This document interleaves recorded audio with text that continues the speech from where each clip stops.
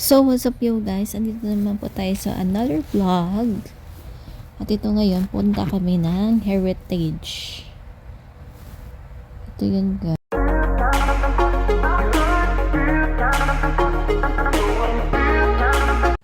At ito na guys, pasok na kami. Yan, building na yan ay para siyang building na bato na yung mga doors niya is wood.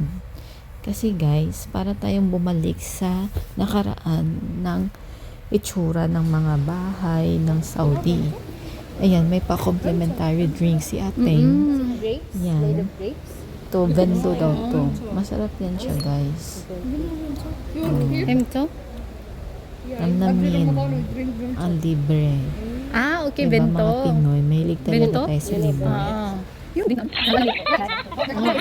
Cheers. At ito na nga yung itsura ng loob guys. Meron silang restaurant. Ayan. Ito din ang itsura ng sinaunang restaurant noon. Ayan. Yan Vlogger yung ang mga person. texture ng floor nila. Ayan, mayroon din sila mga display ng mga sinaunang cars. Ayan. Kaganda.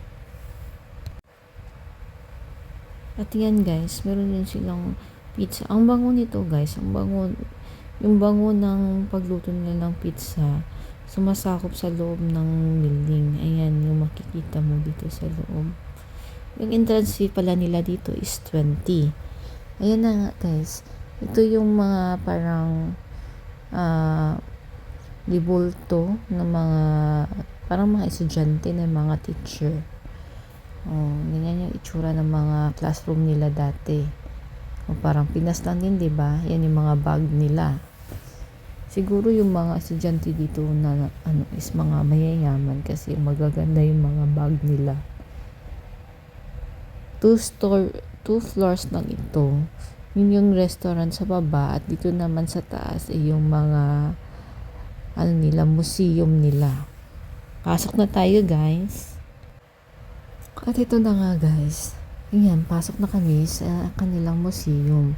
Ang dami nilang mga display, guys. Mga sinaunang mga baril. Ayan.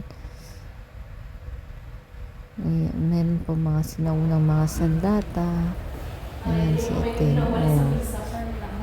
Tingin-tingin si Ate. Nauna ka pa sa Kala mo video naman. sa'yo, Day. Ayan, so ang dami talaga ng mga gamit nila dito guys.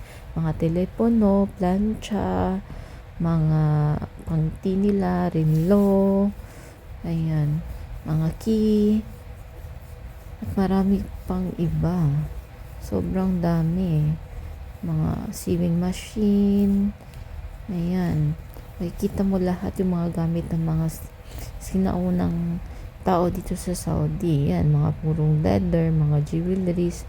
At ito guys, ito talaga ay nakaka-amaze kasi ang mga ito ay talagang totoong mga hayop na preserve nila. Tingnan mo naman yung mga feathers nila. Talagang totoong totoo. So, ayun na nga guys. Dito na magtatapos itong museum vlog namin kaya kami na isasayaw. Tingnan mo naman ang gagaling, diba, na mga tang